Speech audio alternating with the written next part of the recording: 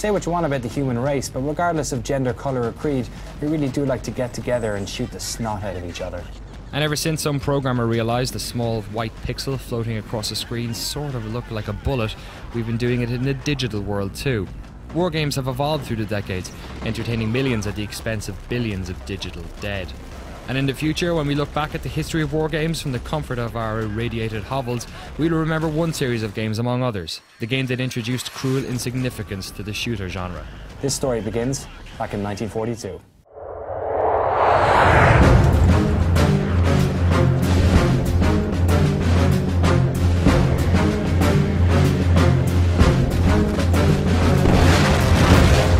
Battlefield 1942 invaded the PC shores in September 2002. Unlike other World War II games at the time, and there really were quite a few, Battlefield wasn't interested in the struggle of an individual soldier. It didn't have a storyline, characters, or save games. Battlefield was a multiplayer game, which allowed up to 64 people to team up and blow chunks out of each other using a variety of character classes and vehicles.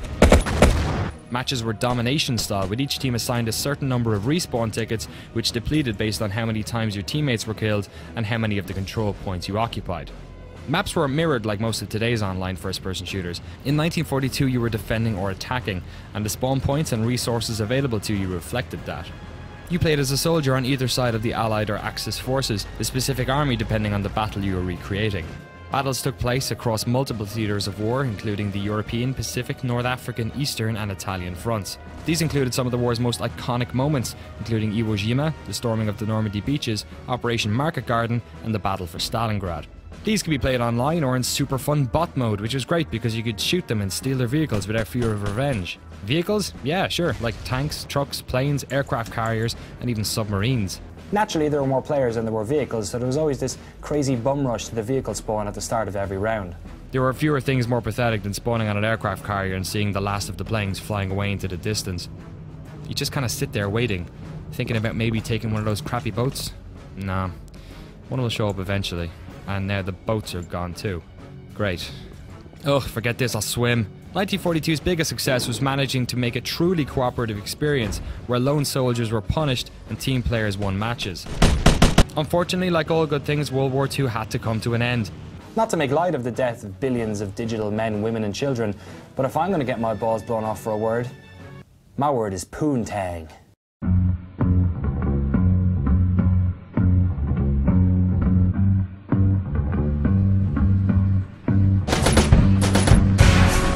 In 2004, DICE took the war to the Indochina Peninsula with the epically cool Battlefield Vietnam. Just like in 1942, an effort was made to ensure both teams used realistic equipment and tactics.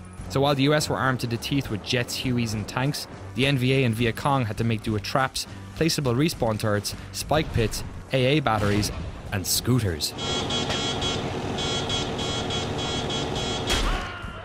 The choppers were a massive game changer too, removing much of the distance between the air and land battles.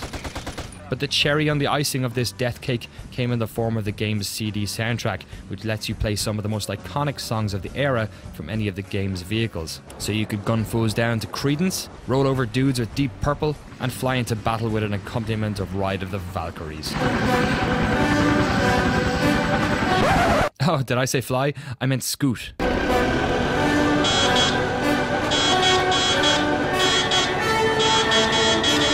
Even better, the game would let you play your very own music too.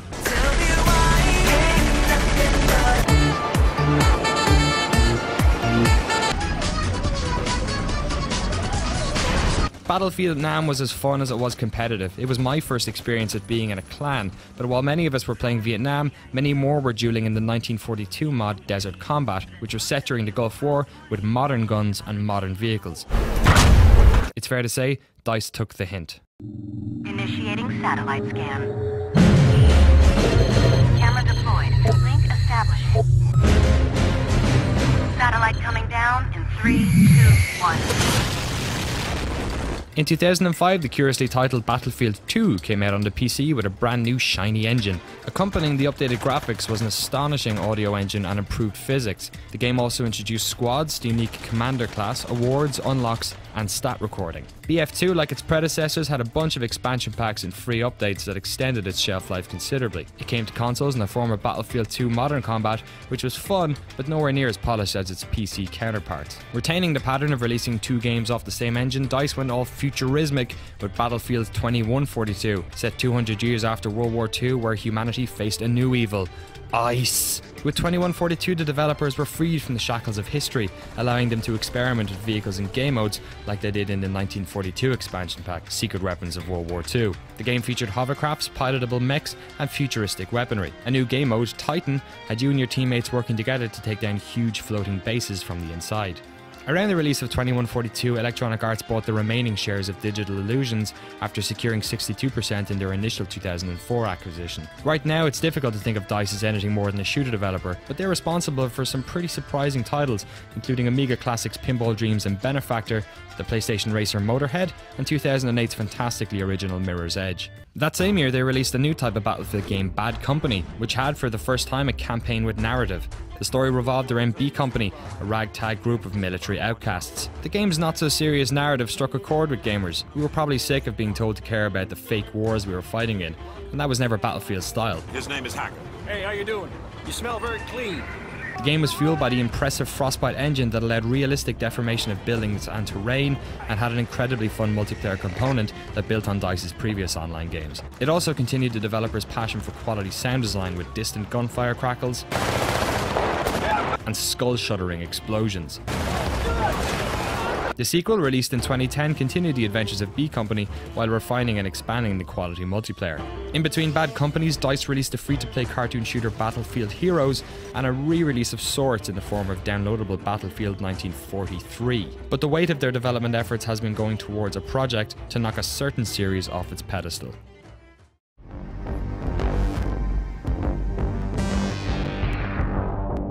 So here we are, a matter of weeks before Fight Night, and what we've seen of Battlefield 3 suggests DICE know where this series' strengths lie. Large-scale warfare, envelope-pushing graphical fidelity, superb sound design, vehicles, and destructibility. However, the most obvious broadside comes in the form of a more traditional single-player narrative. Oh, and unlike Call of Duty, it has dinosaurs too, so it's already got the 4chan seal of approval. As with their previous games, I'm sure we can expect a bunch of expansion packs and updates, and it's fair to say that's probably where the battle will be lost or won. Both BF3 and MW3 will sell like hotcakes on release, but the real winner will be the one with the most troops once the firing has stopped. So what do you think? Did you play the old Battlefield games? Are you looking forward to Battlefield 3? Have you spent millions on a new computer? Tell us in the comment box below. Oh, and you may have heard that our review of the game is going to be a little bit late, as EA didn't send out press copies of the games early enough. So just stick your own score in the comment box and we'll average those out for the review score. That's how it works, right?